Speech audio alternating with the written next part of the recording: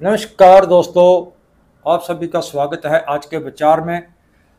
आज का विचार है किसी का गुलाम बनकर रहना ये जिंदगी की सबसे बड़ी कायरता है। योद्धे कभी किसी के गुलाम नहीं रहा करते। तो ये था आज का विचार। अब बात करते हैं आज के विशेष दिनों की। उससे पहले आपने अभी तक चैनल को सब्सक्राइब नहीं किया तो चैनल को सब्सक्राइब कर लें, ताकि हर दिन आने वाला नए विचार का और नई जानकारी का नोटिफिकेशन आप तक पहुंचता रहे। तो आज बात करते हैं आज के विशेष दिनों की। 30 जुलाई 1836 को अमेरिका में अंग्रेजी का पहला अखबार की शुरुआत हुई, अखबार छपना शुरू हुआ।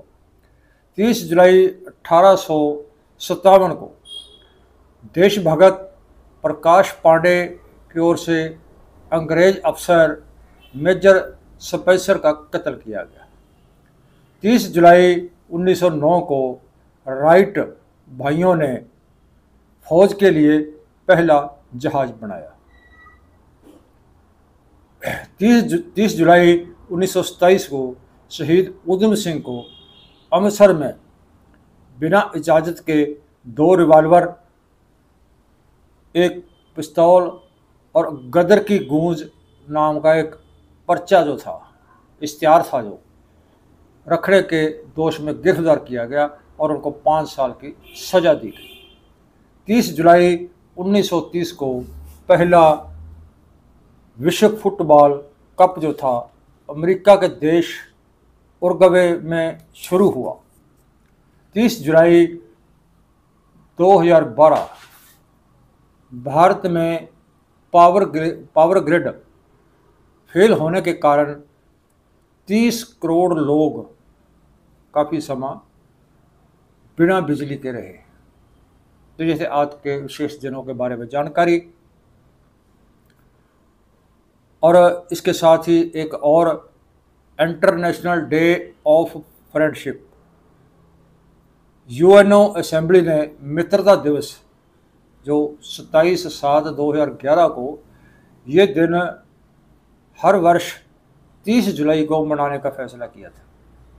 लेकिन ये भारत के समेत कुछ और देशों में ये अगस्त के पहले रविवार को मनाया जाता है।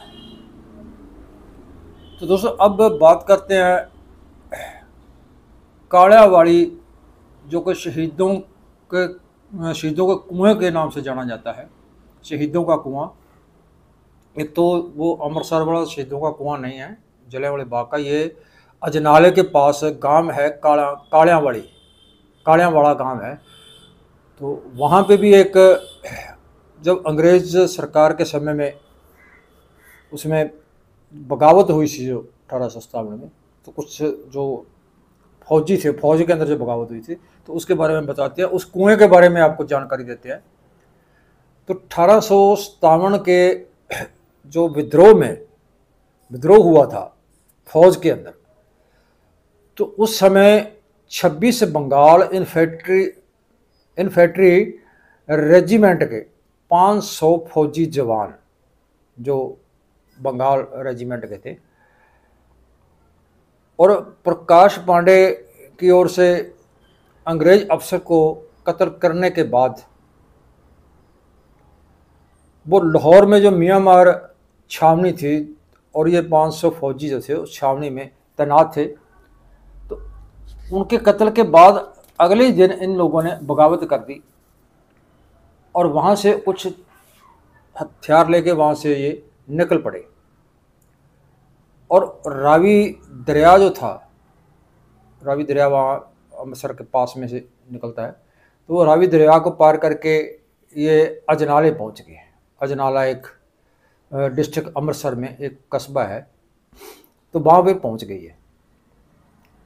तो अंग्रेज फौजों ने भी इनको गांव डटियाँ गांव है वहाँ पे, तो वहाँ पे आके इनको मतलब चारों तरफ से घेर लिया। जो वो फौजी वहाँ से बगावत करके निकले थे, तो जैसे इनको घेर लिया तो उनमें से 218 फौजियों को, उन क्रांतिकारियों को, उन विद्रोहियों को गोली मार दी गई उसी वक्त तुरंत, और उनको शहीद कर दिया गया। लेकिन 282 लोगों को तो उस समय के अमृतसर के जो डीसीसी फ्रेडरिक हेनरी कपूर और प्रेमनाथ तहसीलदार की अगुवाई में, उनके नेतृत्व में उनको गिरफ्तार कर लिया गया। और गिरफ्तार करने के बाद एक जो तहसील की एक जो जेल नुमा का कमरा था उसके अंदर उनको बंद कर दिया गया।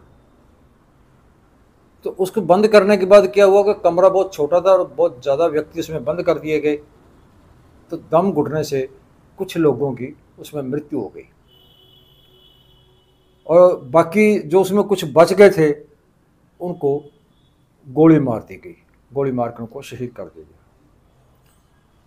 तो और उन सभी को वहाँ पे उठा के, जितने भी थे उन सभी को उस कुएं में डाल दिया गया, जो कालियावाड़ा गांव के अंदर वो कुआं था, उनके पास ही था वो भजनालय के। तो सभी को वहाँ से उठा करके उनकी जो लाशें थी वो कुएं में डाल दिया गया। और इसको कालियावाड़ा जो कुआं कहा जाता है, और ये ऐतिहासिक कुआं है। और जो थे, क्योंकि ये भारतीयों को काले कहते थे, इससे भी वो कालियावाड़ा कुआं के नाम से जो मतलब पहचान उसकी बना दी गई।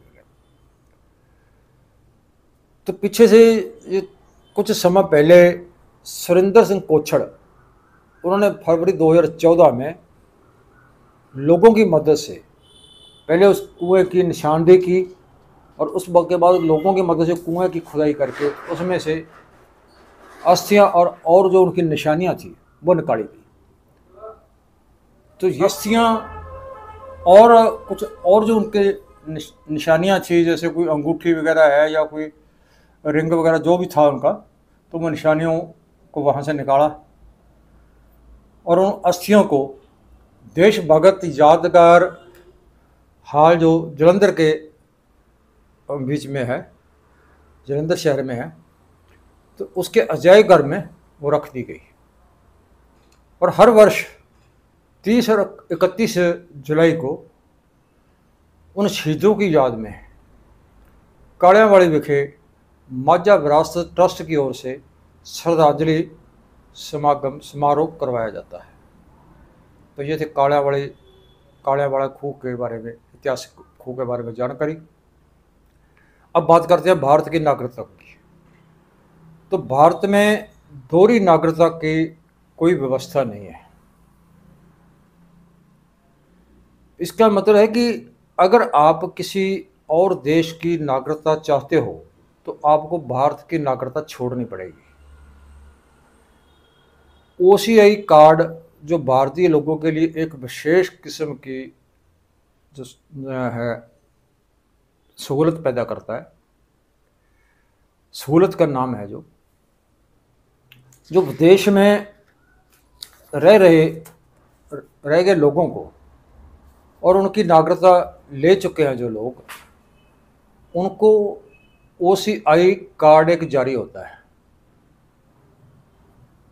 ओसीआई का अर्थ है overseas citizen of India. Bharat की नागरिकता छोड़ने के बाद इन लोगों को देश में आने के लिए वीज़ा लेना पड़ता है, और पहले भी वीज़ा लेना पड़ता था इस कार्ड के आने से पहले। तो ऐसे लोगों की सहूलत के लिए साल 2003 में भारत सरकार ने पीआईओ कार्ड की व्यवस्था की, उसकी अरेंजमेंट की। तो CPIO का अर्थ है भारतीय मूल का व्यक्ति। ये कार्ड पासपोर्ट की तरह 10 वर्षों के लिए ये जारी किया जाता है, और लंबे समय से PIO ਅਤੇ OCI कार्ड ये दोनों ही प्रचलन में है, चलन में है दोनों ही।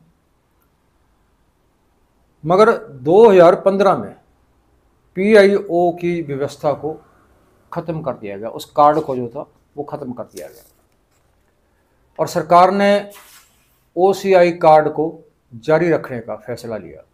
और इसका ऐलान कर दिया कि ये कार्ड जारी रहेगा।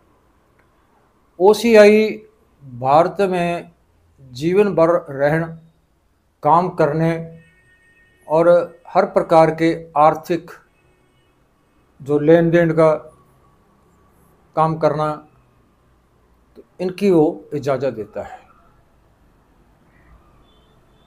ओसीआई कार्ड धारक जब चाहे तो किसी वीज़ा के बिना भारत आ सकता है। ओसीआई कार्ड जो है ज़िंदगी भर प्रमाणित होता है, ज़िंदगी भर के लिए प्रमाणित होता है वो। तो भारतीय गृह मंत्रालय की वेबसाइट मुताबिक ओसीआई कार्ड धारकों को भारतीय नागरिकता का वाग, भारतीय नागरिकों की तरह सभी अधिकार जो हैं प्राप्त हैं, मगर वो 4 काम नहीं कर सकते। एक तो वो चोन नहीं लड़ सकते, दूसरा वो वोट नहीं डाल सकते,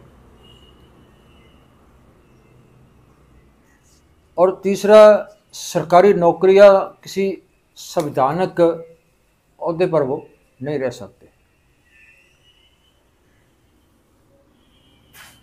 और ऊपर वो रह नहीं सकते। और चौथा जो है वो खेती वाली जो ज़मीन है, खेती के लिए ज़मीन है, वो नहीं खरीद सकते। तो ये उनके ऊपर पाबंदी है। ये था दोस्तों आज का विचार। कैसा लगा? अच्छा लगा ज़्यादा से ज़्यादा शेयर करना, कमेंट करके ज़रूर बताना, और चैनल को सब्सक्राइब ज़रूर कर लेना, ताकि कल का विचार आप तक उसका नोटिफिकेशन पहुंच जाए। आज के लिए इतना ही, कल मिलते हैं नए विचार के साथ।